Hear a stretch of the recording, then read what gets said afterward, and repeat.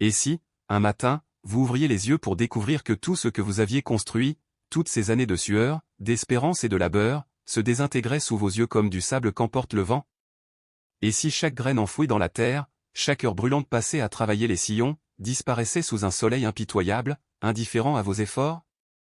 Ce cauchemar n'était pas une simple hypothèse, il fut la réalité de milliers de fermiers du Midwest américain lors de l'un des étés les plus cruels dont on ait gardé mémoire. Depuis des semaines, la pluie avait cessé, et le ciel, implacable, se contentait de darder ses rayons de feu sur une terre qui se craquelait comme une poterie brisée. Les champs de maïs, jadis luxuriants et vibrants de vie, s'étendaient désormais comme des cimetières de tiges desséchées, brunes, croulant sous le poids invisible du désespoir. John Miller se tenait au bord de sa propriété, le regard perdu sur ce qui avait autrefois été sa fierté et celle de toute sa lignée. 3 générations de Miller avaient nourri ces mêmes terres, en avaient tiré du maïs qui non seulement sustentait leur propre famille, mais qui remplissait aussi les silos des villes voisines et alimentait des communautés entières. Aujourd'hui, ce qui s'offrait à ses yeux n'était plus qu'un désert aride, un champ de désolation. John se pencha, cueillit une maigre épi ratatinée, la serra dans sa paume rugueuse, et ne sentit que de la poussière s'échapper, s'effriter comme son avenir. Le son sec et creux de ce résidu lui résonna dans l'âme comme l'écho cruel de sa propre ruine. Au dîner local, les conversations n'étaient guère différentes. Autour des tables, les fermiers, silhouettes alourdies par le chagrin, laissaient refroidir leur café. D'ordinaire, l'endroit bruissait de rires, de débats animés sur le prix du bétail, sur les machines agricoles dernier cri ou sur la prochaine foire du comté. Cette année, le silence dominait, plus lourd que n'importe quel mot. Même les anciens, ceux qui avaient traversé la Grande Dépression, les tornades dévastatrices et les inondations imprévisibles, admettaient qu'ils n'avaient jamais affronté une saison aussi impitoyable. Chez lui, Marie, l'épouse de John, s'efforçait de protéger les enfants de la vérité. Elle murmurait des paroles de réconfort, Dieu pourvoira, mais ses yeux, voilés d'inquiétude, trahissaient ce que ses lèvres tentaient de cacher. Les enfants, innocents, posaient des questions qu'aucune mère ne devrait avoir à affronter, est-ce qu'on va perdre la ferme? Est-ce qu'on pourra rester dans notre maison? Elle répondait par un sourire fragile, mais sa voix tremblante peignait une autre réalité, plus douloureuse encore. Sur le comptoir de la cuisine s'empilait une montagne de lettres non ouvertes, comme autant de malédictions silencieuses. Le rouge vif des cachets de la banque annonçait « Dernier avertissement ». John détournait les yeux de ses enveloppes, mais la vérité s'était déjà gravée en lui, si la récolte échouait, la ferme serait perdue, et avec elle l'héritage de son père et de son grand-père, balayé en l'espace d'une seule saison. Les soirs, lorsque les cigales stridulaient depuis la lisière des arbres, John s'asseyait sur le porche, un verre de whisky à la main, contemplant ces terres mourantes baignées par la lueur froide de la lune. Les souvenirs des prières chuchotées par sa mère ressurgissaient, mais il les rejetait aussitôt. À quoi bon prier? Dieu semblait avoir tourné le dos aux fermiers, et le silence du ciel lui paraissait plus assourdissant que les cris de la terre assoiffée. Et pourtant, juste avant l'aube, quelque chose remua. Alors que l'horizon s'embrasait des premières lueurs rosées, John aperçut au loin une tache étrange, presque irréelle. Au milieu de cette étendue de poussière, un petit îlot de verdure se dressait, vif, frais, éclatant d'une vie insolente. Tandis que tout autour s'effondrait, ce maigre bouquet de maïs s'élevait vers le ciel avec une dignité indomptable. Ce n'était que quelques tiges, une poignée de plantes perdues dans un océan de mort, mais pour John, c'était une étincelle dans la nuit, le premier souffle d'espérance dans une saison vouée au désespoir. Pourtant, celui que tout le comté connaissait comme un homme solide, travailleur acharné, incarnant la force tranquille des cultivateurs, n'était plus que l'ombre de lui-même. Chaque matin, ses bottes traînaient dans la poussière non pas avec l'élan de l'espérance, mais avec le poids d'une résignation amère. Il n'attendait plus rien de la terre, il ne faisait que compter ses pertes, rang après rang, tandis que le craquement des tiges sèches sous ses pas lacérait son cœur comme un rappel cruel de l'injustice. Ses épaules, jadis droites et fières, s'affaissaient, son visage s'était creusé, ses yeux, qui avaient autrefois reflété la détermination, s'éteignaient sous le poids terne de la défaite. À l'intérieur de la maison, le désespoir s'infiltrait dans chaque pièce, comme une fumée sourde. Marie observait son mari depuis la fenêtre de la cuisine, et elle ne reconnaissait plus l'homme qu'elle avait épousé, celui qui lui avait promis un avenir de force et de joie s'effritait devant elle. La nuit, elle l'entendait se tourner et se retourner, marmonner des colères, parfois jurer entre ses dents. La prière avant les repas avait disparu, et la Bible, autrefois ouverte sur la table de nuit, reposait désormais sous une fine couche de poussière. Les enfants voyaient, eux aussi, ce changement. Sarah, l'aînée de 12 ans, se mettait à aider davantage aux corvées, espérant alléger le fardeau de son père. Mais elle ressentait la distance, ce regard fuyant desquels demandait si tout irait bien. Quant au petit Daniel, 8 ans à peine, il avait un soir brisé le silence du repas d'une question poignante. « Papa, pourquoi tu ne souris plus ?» John avait senti son cœur se fissurer, incapable de prononcer la moindre réponse, même mensongère. Et puis, il y avait la banque. Les appels se faisaient plus fréquents, les lettres plus menaçantes. John n'osait plus décrocher. La voix glaciale, impersonnelle, qui lui rappelait que le temps s'épuisait, il ne pouvait l'affronter. La terre, transmise de génération en génération, se trouvait à un souffle de leur échapper pour toujours.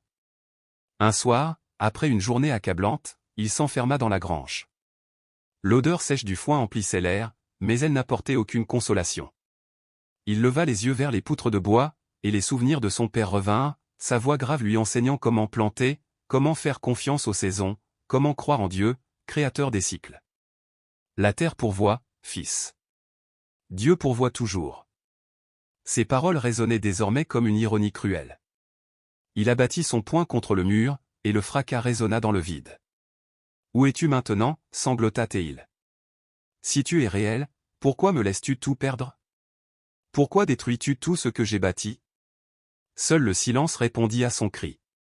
Marie le retrouva là, affalé sur un tabouret, les larmes perdues dans l'ombre. Elle posa une main douce sur son épaule, mais il la repoussa, il ne voulait ni sa pitié, ni sa foi. Il ne croyait plus en rien. Et pourtant, malgré la colère et l'amertume, subsistait au fond de lui une braise invisible, fragile mais tenace. Était-ce encore de l'espérance ? Était-ce simplement la rage de ne pas capituler ?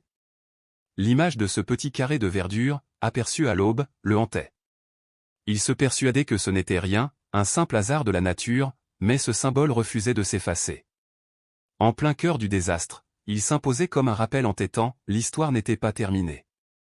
La foi avait toujours accompagné John Miller, mais au fil des ans, elle s'était usée, reléguée à l'arrière-plan de sa vie comme une vieille photo oubliée dans un tiroir. Il avait grandi dans la tradition catholique, les messes du dimanche, les chapelets récités à la lueur des bougies, la force tranquille des prières murmurées par sa mère. Mais les factures, les dettes, les journées interminables dans les champs avaient lentement érodé ce socle spirituel. Quand la sécheresse avait frappé, il ne restait plus rien à quoi se raccrocher. Les cloches de l'église continuaient de sonner chaque dimanche matin, mais pour John, elles n'étaient plus qu'un écho lointain, presque étranger.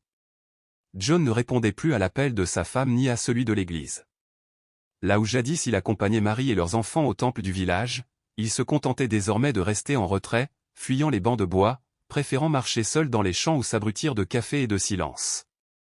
Ses voisins s'étonnaient de son absence et, quand il l'interrogeait, il murmurait des excuses convenues, trop de travail, pas assez de temps. Mais la vérité, plus simple et plus douloureuse, était qu'il n'arrivait plus à se mettre à genoux devant un Dieu qui semblait sourd à ses prières, un ciel muet qui ne répondait jamais à ses supplications. Marie, elle, refusa obstinément de céder au découragement. Chaque soir, elle allumait une bougie sur le rebord de la fenêtre, une flamme fragile qui vacillait contre l'obscurité, comme une humble supplique dressée face aux ténèbres.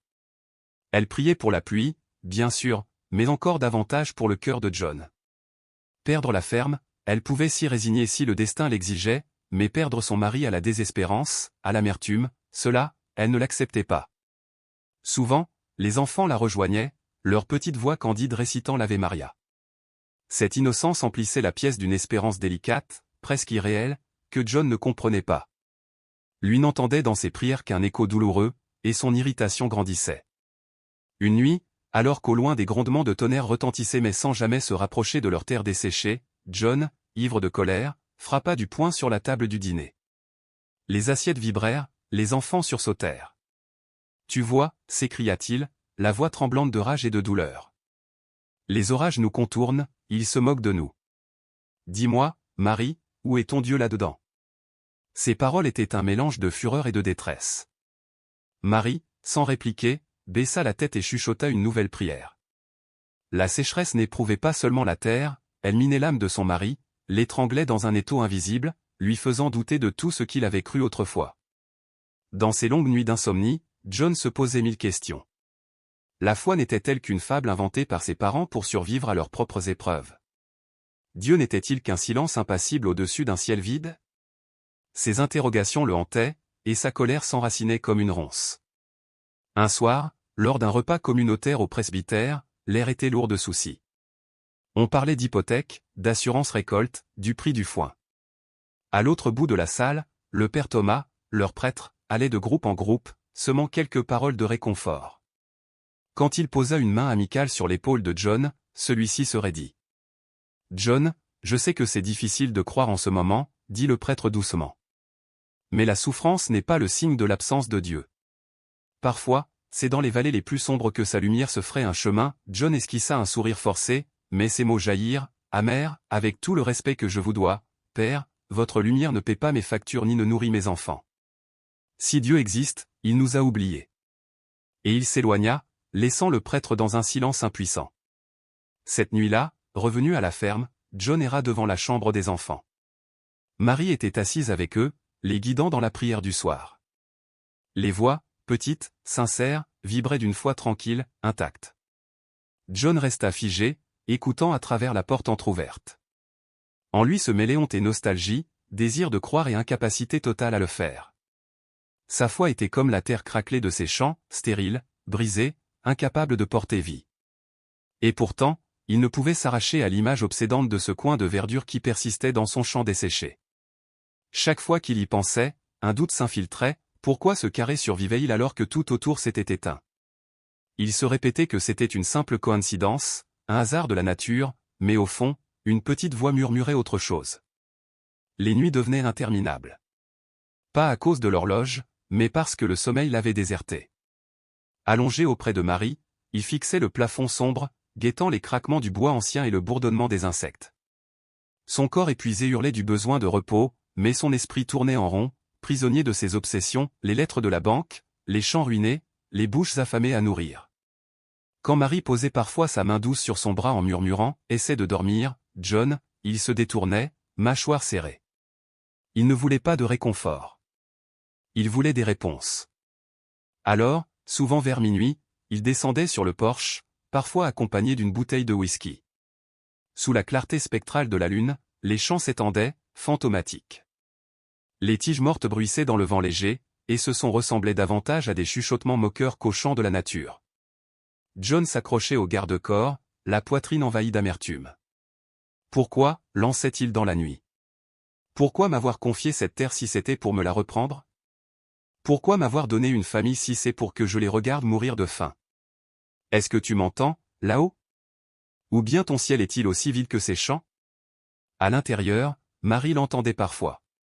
Elle pleurait en silence dans son oreiller, priant non seulement pour la pluie, mais pour l'âme de son mari, suppliant qu'il ne se noie pas dans son propre désespoir. Mais chaque soir, ses mots devenaient plus venimeux, s'infiltrant dans l'air de la maison comme un poison.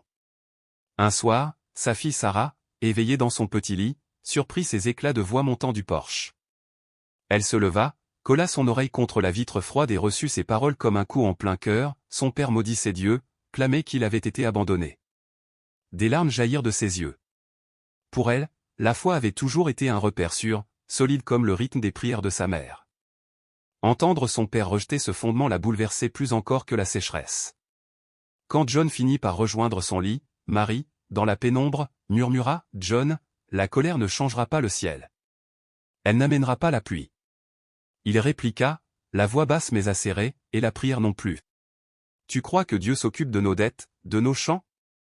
Il ne viendra pas, Marie. Pas pour nous. » Le silence qui suivit pesa plus lourd que n'importe quelle dispute. Marie étouffa son chagrin, choisissant de ne pas répondre. Elle ferma simplement les yeux, adressant une prière silencieuse à la Vierge pour qu'elle protège son mari contre sa propre noirceur. Au matin, l'amertume ne s'était pas dissipée. John resta voûté devant sa tasse de café, qu'il ne toucha même pas. Les enfants l'observaient, nerveux, captant le poids invisible de ses humeurs. Le petit Daniel tenta de rompre la tension en parlant de l'école, mais John ne l'entendit pas, absent, enfermé dans son monde de rancune. Pour ses voisins, John conservait encore le masque du fermier courageux et travailleur, solide comme un roc. Mais à l'intérieur des murs de sa maison, et surtout dans les heures solitaires de la nuit, son âme se désagrégeait. Chaque nuit blanche lui arrachait un fragment de foi, ne laissant derrière qu'un goût amer. Pourtant, ironie cruelle, au même moment, ce carré de verdure isolé dans son champ continuait de croître. Chaque aube, malgré lui, son regard y revenait. Il se répétait que cela ne voulait rien dire, mais une voix intime murmurait que ce n'était peut-être pas un hasard. Un matin, l'aube se leva doucement sur la ferme Miller. Le ciel s'embrasait de nuances rosées et dorées, comme un tableau de promesses. Mais la terre, elle, demeurait obstinément morte, étendue en plaine brune et grise. John, par habitude plus que par espoir, s'avança dans les sillons. Chaque pas résonnait dans le sol craquant, c'est comme de la cendre. Depuis longtemps, il n'attendait plus de surprise. Et pourtant, ce jour-là, quelque chose attira son regard.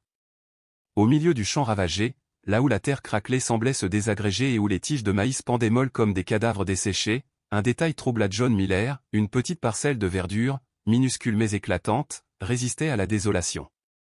Quelques tiges, rien de plus, mais elles se dressaient avec une vigueur insolente, leurs feuilles ouvertes comme des bras en prière, d'un vert vif qui tranchait violemment avec la pâleur poussiéreuse qui régnait alentour.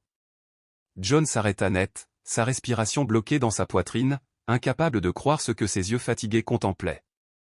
Pendant un instant, il pensa que son imagination, épuisée par les jours sans sommeil et le poids de la sécheresse, lui jouait des tours.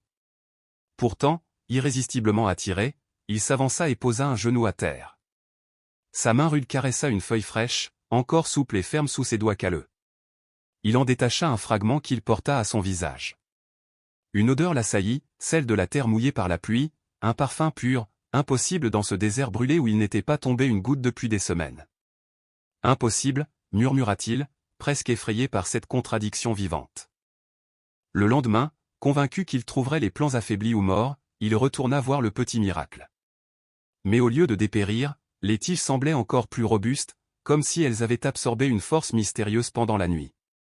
Sur leurs feuilles brillait une rosée éclatante, alors que tout le reste du champ restait poussiéreux, secs comme des ossements. John frissonna. Lui qui ne croyait plus au miracle, lui qui avait enterré sa foi sous des années de silence et de colère, ne pouvait expliquer ce qu'il voyait. Le soir venu, assis à table, il en parla à voix basse à Marie, sans oser vraiment lui confier son trouble. Il y a un coin qui pousse encore, là-bas. Toujours vert, toujours vivant. Les yeux de Marie s'illuminèrent d'une flamme d'espérance. John, peut-être que c'est un signe. Peut-être que. Mais il la coupa, la voix sèche, ce n'est rien. Juste un hasard. Un creux de terrain, peut-être. N'en fais pas une histoire. Ses mots étaient fermes, mais son cœur battait d'un doute inquiet. La nuit, étendu sur son lit, incapable de dormir, l'image obsédante des tiges vertes revenait encore et encore, comme si elle s'était plantée dans son esprit pour lui adresser un message qu'il ne voulait pas entendre. Le jour suivant, il décida de montrer l'endroit aux enfants. Sarah et Daniel contemplèrent la petite parcelle avec des yeux agrandis par l'émerveillement. « Papa » chuchota Sarah, « on dirait que le maïs est vivant, quand tout le reste est mort. » Daniel, les doigts tremblants d'excitation, toucha les feuilles encore humides. « C'est un miracle » dit-il avec une simplicité désarmante. John réagit vivement, « Non. N'appelle pas ça comme ça. » Sa voix claqua plus dur qu'il ne l'aurait voulu. Les enfants reculèrent, apeurés, et la honte le submergea aussitôt. Il se passa la main sur le visage et soupira, ce ne sont que des plantes, rien de plus. Mais lorsqu'il tourna la tête, ses yeux revinrent malgré lui vers ce vert éclatant. Bientôt, les murmures se répandirent dans la petite communauté. Au dîner du village, certains chuchotaient, « Tu as vu le champ des Miller ?» On raconte qu'un coin de maïs y pousse comme si la sécheresse n'avait jamais existé. D'autres secouaient la tête, incrédules, un coin de verdure dans toute cette poussière. Impossible. Quelques jours plus tard, le père Thomas vint lui-même examiner la parcelle. Aux côtés de John, il resta silencieux un moment, contemplant avec une sorte de respect ce qui défiait toute logique. « John, dit-il doucement, ce n'est pas une vision ordinaire. Tu devrais prier. » Le fermier se raidit. « Prier ? Père, j'ai prié toute ma vie. Regarde autour de toi. À quoi cela a-t-il servi ? Je n'ai pas besoin de prière, j'ai besoin de pluie. » Le prêtre ne répliqua pas. Il posa simplement une main apaisante sur son épaule. Parfois, les plus petits signes portent le plus grand message. Ne ferme pas trop vite ton cœur. Ce soir-là, au crépuscule, John retourna près de la parcelle. Le vent léger faisait bruisser les feuilles vertes comme un chuchotement. Il voulait balayer cette impression, se convaincre que ce n'était qu'un hasard. Pourtant, au fond de lui, une sensation enfouie depuis longtemps refaisait surface, une espérance fragile, terrifiante, mais vivante. Le lendemain matin, lorsque le soleil se leva sur la ferme Miller, le champ aride paraissait identique aux yeux de tous. Même poussière, même tige brisée. Mais pour John, il n'y avait plus que cette vision obstinée, ce coin de maïs dressé, vivant au cœur du néant. C'était devenu sa première pensée chaque jour, son premier geste, vérifier que le miracle tenait encore. Il refusait d'y voir un signe, répétant que c'était le hasard, un caprice de la nature. Pourtant, quelque chose en lui l'obligeait à y revenir sans cesse, comme si ces tiges vertes posaient une question à laquelle il ne pouvait plus échapper. Un après-midi, alors que le soleil frappait impitoyablement, John marcha jusqu'au petit carré de verdure. La sueur lui brûlait les yeux, ses pas lourds soulevaient des nuages de poussière. Arrivé devant les tiges, il resta planté là, les mâchoires serrées, haletant. Puis, à sa propre surprise, ses genoux cédèrent et il tomba dans la poussière. La terre sèche se souleva autour de lui, se collant à sa chemise. Ses mains tremblaient en touchant le sol fissuré. Ses lèvres s'entr'ouvrirent, mais aucun mot ne sortit. Il n'avait pas prié depuis des années, pas depuis l'enterrement de son père, pas depuis l'époque où la ferme paraissait encore bénédiction et non fardeau.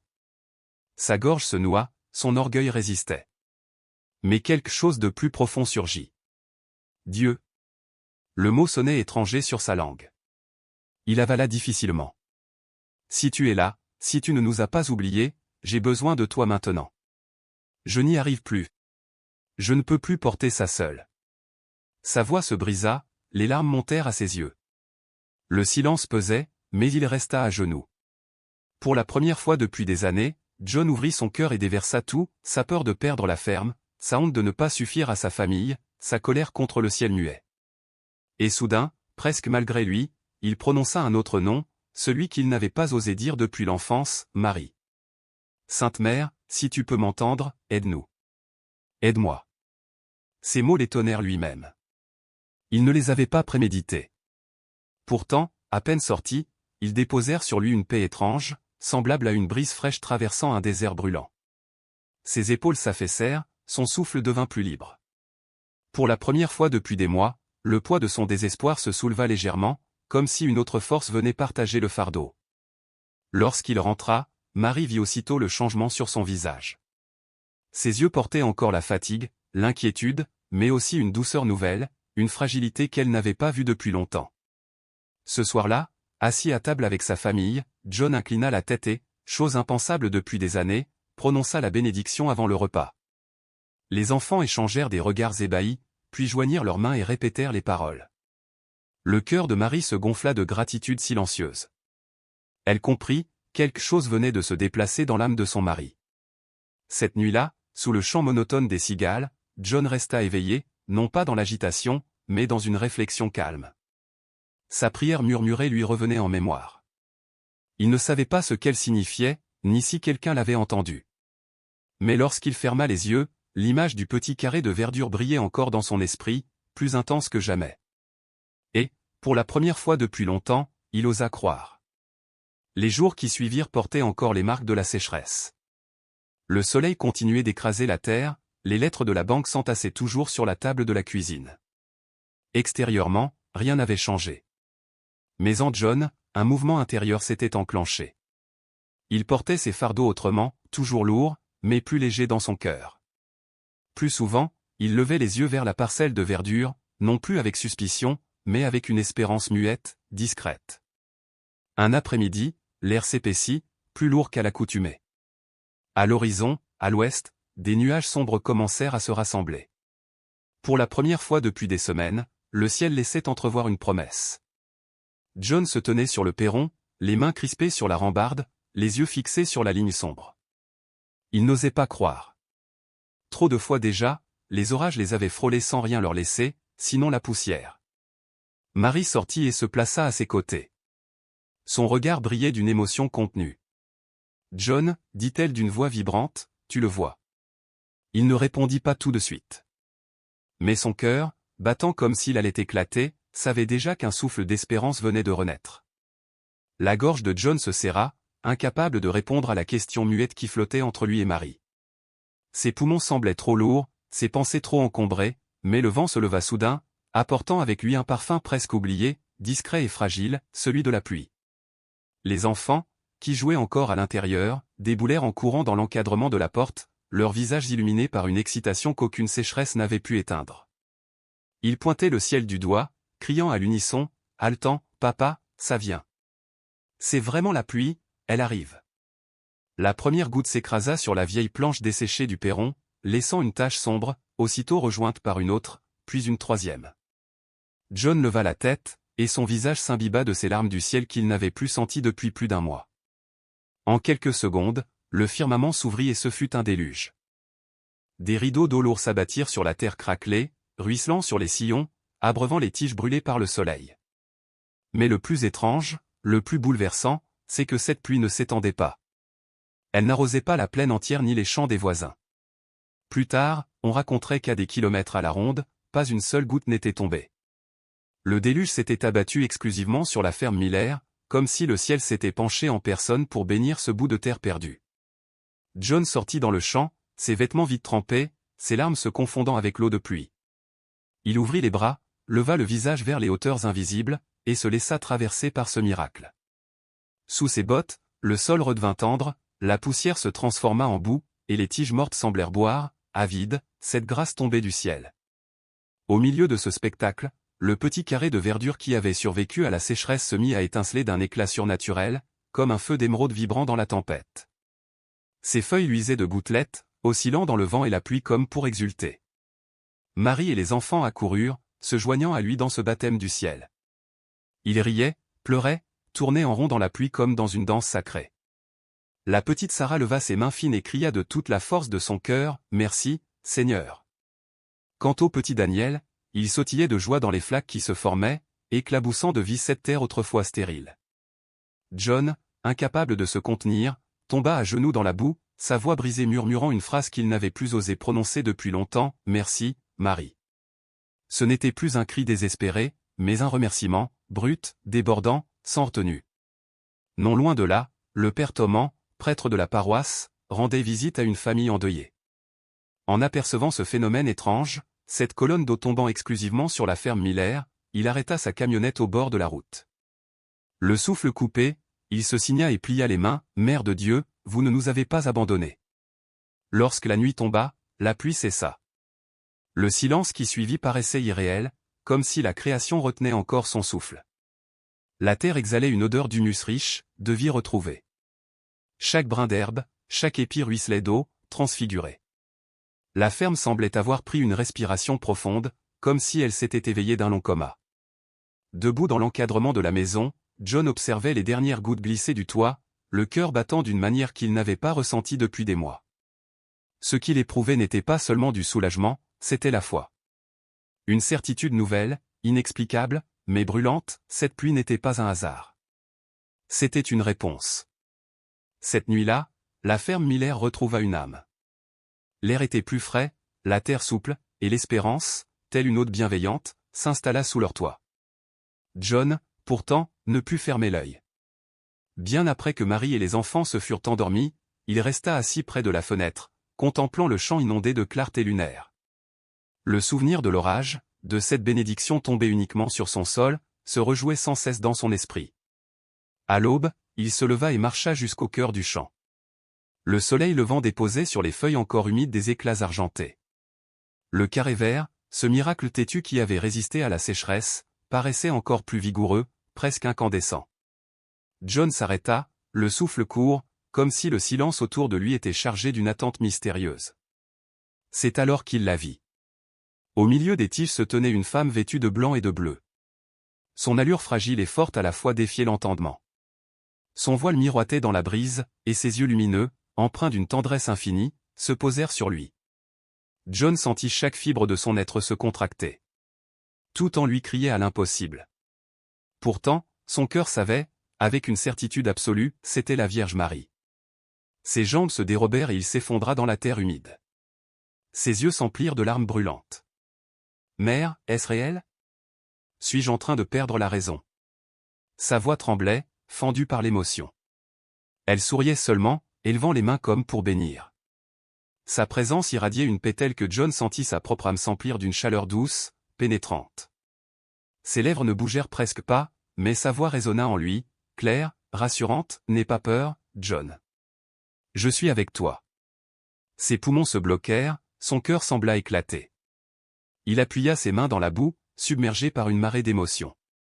Tout ce qu'il avait contenu depuis des mois, toute la colère, les doutes, les rancunes, jaillit comme un torrent. « J'ai failli, mère. J'ai maudit Dieu. J'ai perdu la foi. Je ne mérite pas. » Mais son regard le fit taire. Elle s'approcha, et les épis s'écartèrent autour d'elle sans un bruit. Sa voix intérieure reprit, « Tu es aimé même dans ta faiblesse. Tu es vu même dans ton désespoir. Et tu es appelé, John, non seulement à survivre, mais à partager. » Ces paroles pénétrèrent son cœur, non comme une lame, mais comme un baume. Le poids de sa honte s'évapora, remplacé par une force neuve, une raison d'exister. Elle tendit alors la main, désignant les champs, « Ces terres revivront, mais cette récolte n'est pas la tienne seule. Donne à ceux qui souffrent davantage, et tes bénédictions se multiplieront. » Les larmes de John coulaient à flots. Sa voix éraillée sortit de sa poitrine comme un serment, « Oui. Oui, je le promets. » Et soudain, la vision disparut. Le champ retrouva son calme, la lumière reprit son éclat ordinaire. Mais John savait. Il savait ce qu'il avait vu. Il savait qu'il avait visité. Quand il rentra, Marie remarqua aussitôt l'éclat dans ses yeux. Il l'enlaça avec force et murmura, « Elle est venue. » Elle était là. Marie retint son souffle, ses propres yeux s'emplissant de larmes. Elle ne demanda pas qui, elle savait. Le soir, John confia toute la vision au père Thomas. Le prêtre écouta longuement, ses mains tremblantes. Puis il dit doucement, « John, tu as été visité par la mère de Dieu. Ne prends jamais cela à la légère. Garde ces paroles. Elles transformeront non seulement ta ferme, mais ta vie entière. » Les jours qui suivirent confirmèrent ces mots. La vision n'était pas destinée à John seul. Elle marquait un commencement. Les paroles de Marie résonnaient en lui à chaque pas, « Cette récolte n'est pas la tienne seule. Donne à ceux qui souffrent plus que toi, et tes bénédictions se multiplieront. » Ce fut une lutte intérieure.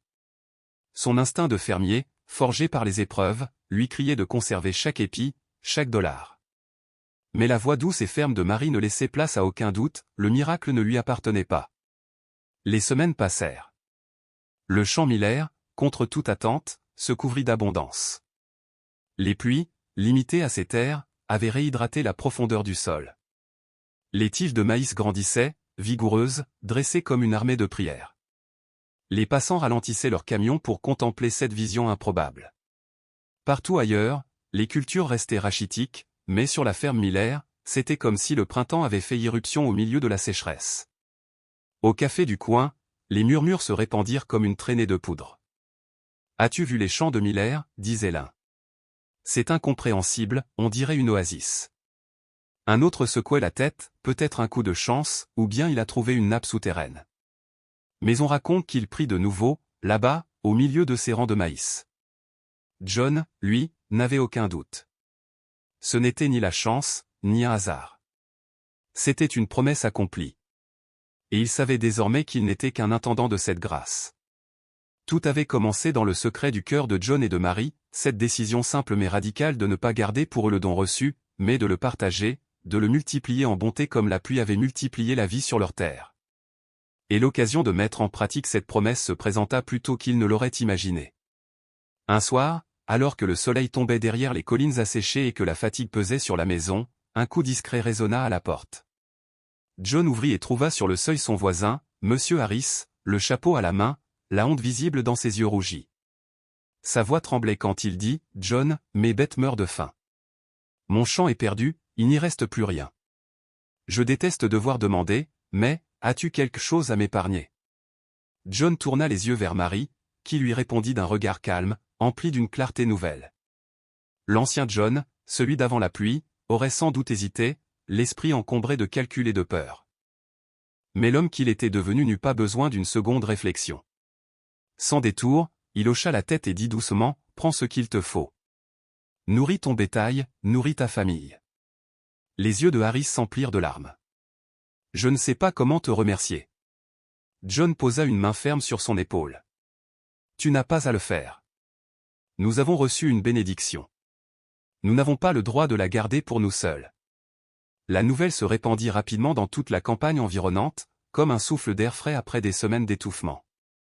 Les familles qui avaient cru toucher le fond, celles qui n'avaient plus de semences à planter ni de nourriture à mettre sur la table, trouvèrent sur la ferme des Miller des sacs de grains, des légumes, des épis pleins et mûrs, mais aussi un nouvel espoir.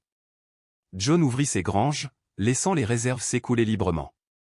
Certains observateurs le jugèrent téméraire, persuadés qu'il se ruinait en donnant trop. Mais un mystère se déployait, plus il partageait, plus la terre semblait répondre par une générosité encore plus grande. Les épis grossissaient, les récoltes prenaient une abondance inédite. C'était comme si le ciel lui-même se plaisait à multiplier ce don, accomplissant la promesse que Marie lui avait soufflée. Le village tout entier commença à ressentir cette onde. Le presbytère devint un lieu de rassemblement où se retrouvaient ceux qui avaient été touchés par la générosité de John. Le père Thomas observait avec émerveillement les familles jadis divisées par la compétition et l'orgueil se retrouver côte à côte, priant ensemble avec des voix tremblantes mais sincères. Même ceux qui n'avaient pas franchi le seuil de l'église depuis des années y revenaient, bouleversés par ce qu'ils avaient vu de leurs propres yeux. Un dimanche, à la sortie de la messe, John restait en retrait, appuyé contre un pilier de bois. Un autre fermier, celui-là même qu'il avait autrefois tourné en ridicule pour sa foi, vint à sa rencontre. Les larmes coulaient sur son visage tanné par le soleil. « Je ne croyais pas au miracle, John. Mais maintenant j'en ai vu un. Pas seulement dans tes champs, mais en toi. » La gorge de John se serra. Il n'était ni prédicateur ni théologien, seulement un cultivateur de maïs. Et pourtant, par une obéissance simple aux paroles de Marie, l'extraordinaire se déployait. Les cœurs revenaient vers Dieu. Ce soir-là, assis sur le vieux porche, John contemplait ses enfants qui riaient et couraient dans la cour, pendant que Marie filait la laine à ses côtés. Devant ses yeux s'étendait un océan doré de blé et de maïs, vibrant dans la lumière pourpre du crépuscule. Ces champs n'étaient plus de simple culture, mais un témoignage vivant. « Marie, murmura-t-il, je continuerai à donner.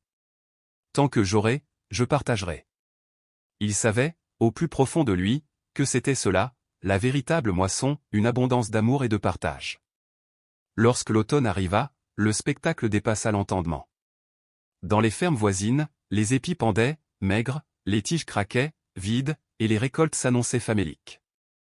Mais sur la terre de John Miller, les champs se dressaient hauts, puissants et dorés, miroitant comme une mer vivante sous le ciel clair. Le miracle de la pluie avait fait bien plus que sauver la récolte, il l'avait transformée. Le jour de la moisson, John monta sur son vieux tracteur moissonneuse, le cœur battant. Lorsque la machine s'élança, le bruit des grains tombant dans la benne résonna comme une symphonie. Sac après sac, le maïs s'amoncelait, plus plein que tout ce qu'il avait connu en 20 ans. C'était au-delà d'une récolte abondante. C'était prodigieux. Les voisins s'attroupèrent le long des clôtures, accoudés à leurs camions, secouant la tête, certains applaudissant, d'autres muets d'incrédulité. « Ce n'est pas possible, pas cette année, pas ici ?» marmonna un vieux fermier. Mais les faits étaient là, indéniables. La nouvelle franchit rapidement les limites du comté. Des journalistes débarquèrent, appareils photo et carnets en main. « Quel engrais avez-vous utilisé? Quelle méthode secrète avez-vous découverte ?» demandèrent-ils. John secoua la tête. « Ce n'est pas moi, répondit-il. C'est un don. Un miracle. Et on m'a dit qu'il n'était pas seulement pour moi. Il est pour nous tous. » Alors commença un balai incessant. Marie et les enfants travaillaient jour et nuit à ses côtés, chargeant des camions, emplissant des silos, livrant des sacs aux familles ruinées. Mais ce qui stupéfiait le plus, c'était que la réserve ne semblait jamais diminuer. Plus John donnait, plus il en restait. Les granges débordaient, et pourtant les champs paraissaient toujours intacts, comme s'ils se régénéraient à chaque don. Un soir, au coucher du soleil, tandis que le ciel s'embrasait de rouge et d'or, John se tint seul au milieu de sa récolte. Les larmes lui piquèrent les yeux lorsqu'il se souvint des nuits où il avait maudit Dieu, où le doute et l'amertume avaient rongé son âme. Et le voilà maintenant, entouré d'une abondance imméritée, témoin d'une miséricorde impossible à acheter. Le père Thomas organisa alors un grand repas communautaire dans la salle paroissiale. Les tables croulaient sous les fruits des champs de John. Des familles qui, quelques mois plus tôt, craignaient la faim, riaient maintenant ensemble, leurs enfants jouant librement dans la cour. En regardant autour de lui, John comprit, le miracle n'était pas seulement dans le maïs, mais dans l'unité retrouvée, dans la foi ravivée d'un peuple tout entier. Pendant le repas, le prêtre leva son verre, nous avons prié pour la pluie, et la pluie est venue. Mais plus encore, nous avons prié pour l'espérance. Ce soir, l'espérance est parmi nous. N'oublions jamais, lorsque le ciel bénit l'un, c'est pour que plusieurs soient bénis. L'applaudissement qui suivit fit vibrer les murs. John, la tête basse, accueillait ces paroles avec humilité. Ce miracle n'était pas un trophée personnel, mais un appel à vivre autrement, à donner sans compter, à croire à nouveau. De retour chez lui ce soir-là, John borda ses enfants. Sa fille Sarah, les yeux brillants, lui demanda, « Papa, crois-tu que la Vierge reviendra encore ?» Il lui caressa doucement les cheveux.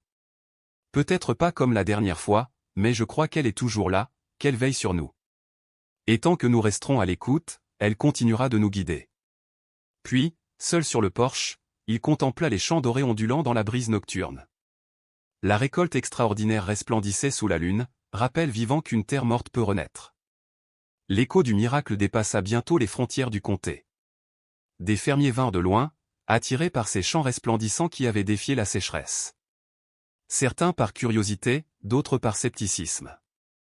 Mais tous repartaient changés. Car plus que la récolte, c'était l'homme lui-même qui frappait les esprits. On se souvenait de John Miller, cet homme fermé, assis en silence au café du coin, l'amertume gravée sur son visage. À présent, il accueillait les étrangers avec des mains ouvertes, les yeux habités d'une paix nouvelle. Ses paroles n'avaient rien de la fierté d'un vainqueur, mais tout de l'humilité de celui qui sait qu'il a reçu une grâce. « Ce n'est pas à moi, disait-il. Cela m'a été donné, et je suis appelé à le partager. » Ces mots résonnaient avec plus de force que bien des sermons. Chez les hommes endurcis par des années de labeur, chez les familles usées par les pertes, le témoignage de John fit jaillir des lueurs oubliées. Des souvenirs de prières murmurées au chevet d'un enfant, de bénédictions chuchotées par une grand-mère. Le père Thomas le vit aussitôt, les dimanches, l'église qui sonnait creux se remplit à nouveau. Les bancs délaissés débordaient de familles entières. Des querelles de longue date s'effacèrent quand les voisins s'offrirent la paix. Le chœur des voix priant ensemble, uni et fort, résonna comme il n'avait pas résonné depuis des décennies. Même les enfants semblaient ressentir le souffle de ce renouveau. Ainsi, le miracle des champs Miller n'était pas seulement un signe de fertilité retrouvée. Il était une semence spirituelle, capable de régénérer une communauté entière. Là où régnait la sécheresse et la désespérance, s'élevèrent la paix, l'unité et une foi réconciliée. Et John, l'ancien homme brisé, devint malgré lui le témoin d'une vérité éternelle, quand le ciel verse sa pluie sur une terre stérile, il ne se contente pas de la reverdir. Il transforme aussi les cœurs qui y habitent, rappelant à chacun que les vraies moissons ne se mesurent pas seulement en gerbes et en silos, mais en vies changées, en mains ouvertes et en espérance rendue. Les enfants couraient à travers les champs, leur rire clair résonnant comme une musique nouvelle au milieu de la sécheresse, tandis qu'ils aidaient leurs parents à rassembler les paniers de nourriture destinés à ceux qui mânent. Qu'est de tout. Pour eux, la foi n'était plus seulement une suite de mots appris par cœur dans les cours de catéchisme. Elle n'était plus une leçon lointaine, mais une réalité palpable, vivante, incarnée dans des gestes simples, visibles chaque jour de leurs propres yeux. Ceux qui s'étaient levés dans leur village dépassaient les prières solitaires, c'était une communion d'âme. L'unité se propagea bien au-delà de la paroisse. Aux réunions municipales, là où naguère des hommes s'étaient déchirés pour des lopins de terre ou des opinions politiques, on les voyait désormais travailler côte à côte pour organiser la distribution de vivres. Les familles mirent en commun leurs maigres ressources, s'assurant que pas un foyer ne s'endorme le ventre vide. La sécheresse continuait de peser lourdement sur la région, mais l'espérance, elle, avait refait surface, plus solide que les pierres, tissant entre eux un lien que l'épreuve seule n'aurait pu forger. Un soir, dans la salle paroissiale comble, le père Thomas invita John à dire quelques mots. L'homme, peu habitué à se tenir devant une foule, resta d'abord maladroit, son chapeau usé serré entre ses mains calleuses. Mais lorsqu'il croisa le regard de ses voisins, de ses amis, et même d'étrangers venus chercher une étincelle d'espérance, sa voix se fit plus ferme. « J'étais en colère, avoua-t-il. Amer. Je croyais que Dieu nous avait abandonnés. Mais j'avais tort. Ce n'était pas lui qui s'était éloigné. C'était moi qui avais fermé mon cœur. Et quand enfin je l'ai entrouvert, ne serait-ce qu'un peu, le ciel a répondu d'une manière que je ne peux expliquer. pas seulement pour moi, mais pour nous tous. Il marqua une pause, laissant ses paroles descendre dans le silence vibrant de la salle. Si vous retenez quelque chose de mon histoire, que ce soit ceci, n'abandonnez pas. Ne fermez pas votre cœur. Les miracles existent encore. Alors la salle éclata d'applaudissements, non pas pour John, mais pour la vérité qui brûlait dans ses paroles. Sur plus d'un visage coulèrent des larmes, non de tristesse, mais de renaissance. Ce soir-là, tandis que les familles reprenaient la route sous un ciel étoilé, un lien invisible les unissait tous. Ils savaient qu'ils avaient été témoins de bien plus qu'une chance offerte à un fermier. Ils avaient vu la main de Dieu, à travers l'intercession de sa mère, les rappeler à l'essentiel, les réunir. Ce qui avait commencé par une simple touffe de maïs verdoyant au milieu d'un champ de poussière s'était transformé en quelque chose d'infiniment plus grand, une récolte de foi, de réconciliation et d'unité. La ferme des Miller demeura, longtemps après que le grain eût été engrangé, comme un phare silencieux. Les camions avaient cessé d'encombrer les routes, les journalistes avaient poursuivi leur course vers d'autres histoires, mais le souvenir de ce qui s'était produit resta gravé, non seulement dans les sillons de la terre, mais surtout dans le cœur de chacun de ceux qui l'avaient vécu. Un soir d'automne limpide, John Miller longeait ses terres au coucher du soleil. Le ciel flamboyait de pourpre et d'orange. Les épis avaient disparu, la terre retournait en attente de la prochaine saison. Mais pour John, ce champ n'aurait plus jamais le goût de l'ordinaire. Chaque parcelle de sol lui rappelait l'instant où il avait cru tout perdre, et la nuit où il avait vu la mère de Dieu debout au milieu des rangées de maïs. Marie le rejoignit, glissant son bras dans le sien. Ils marchèrent en silence, leurs pas faisant craquer les feuilles sèches. John finit par murmurer, la voix grave mais assurée, « J'ai failli tout abandonner. J'ai failli perdre non seulement la ferme, mais aussi ma foi. Et pourtant, nous sommes encore là. » Marie serra doucement son bras, « Tu as ouvert ton cœur, John. » C'était tout ce que le ciel attendait. Ce même week-end, le père Thomas demanda à John de prendre la parole à la fin de la messe dominicale. L'église était pleine à craquer, chaque banc occupé. Les familles se penchaient, attentives, les enfants aux yeux grands ouverts, et même ceux qui avaient douté de lui l'écoutaient à présent avec respect. John se plaça devant l'autel, son vieux chapeau entre les mains, et après un bref raclement de gorge, commença, « Je ne suis pas prédicateur. Je n'ai pas les mots d'un savant. Je suis juste un fermier. Mais je sais une chose, quand j'étais au plus bas, quand je maudissais Dieu en croyant qu'il m'avait tourné le dos, la Vierge Marie est venue. Elle n'est pas venue pour me réprimander. Elle est venue pour me rappeler que j'étais aimé. Que nous étions tous aimés. » Ses yeux brillèrent. Elle m'a dit que la récolte n'était pas seulement la mienne. Elle avait raison. Ce qui a poussé dans mes champs n'a jamais été seulement du maïs. C'était la foi, le partage, le souvenir que jamais aucun de nous n'est abandonné, quelle que soit la sécheresse. L'église entière retint son souffle. Même les plus petits enfants percevaient le poids sacré de ces mots. Puis John reprit, sa voix vibrante, « Si vous êtes ici aujourd'hui à vous demander si Dieu vous entend, sachez qu'il vous entend. Si vous doutez que les miracles existent encore, sachez qu'ils existent. J'en suis témoin. Et je crois que si nous ouvrons nos cœurs, ils se reproduiront. » Lorsqu'il eut terminé, la congrégation se leva dans une ovation, non pas bruyante, mais profonde, sincère, chargée de gratitude. John, la tête baissée, humble, regagna sa place auprès des siens. Plus tard dans la soirée, assis sur le porche sous le ciel constellé, il formula une dernière prière de reconnaissance. Pas pour la récolte, pas même pour la pluie, mais pour le don retrouvé de la foi, pour ce rappel que même dans le désespoir le plus noir, le ciel est plus proche qu'on ne l'imagine. Le vent fit bruisser doucement les arbres dénudés, comme une voix murmurait à travers la nuit, « N'aie pas peur. Je suis avec toi. » Alors John comprit que le miracle n'avait jamais résidé seulement dans le champ. Le vrai miracle était né dans son cœur. Et ce récit, transmis de bouche en bouche, de famille en famille, devint plus qu'une anecdote locale. Il devint une semence de consolation pour ceux qui doutaient, un phare pour ceux qui cherchaient un signe. Car les miracles ne sont pas des histoires enfermées dans le passé lointain. Ils se produisent encore, dans le silence de nos vies ordinaires, dans les gestes cachés, dans les cœurs qui osent s'ouvrir. Quiconque croit à la puissance de la foi et à l'intercession de la Vierge peut en faire l'expérience. Et de cette ferme perdue au milieu des plaines arides, s'éleva une leçon éternelle, tant que l'homme n'abandonne pas, tant qu'il garde une fissure ouverte dans son cœur, le ciel saura y déposer la pluie de la grâce.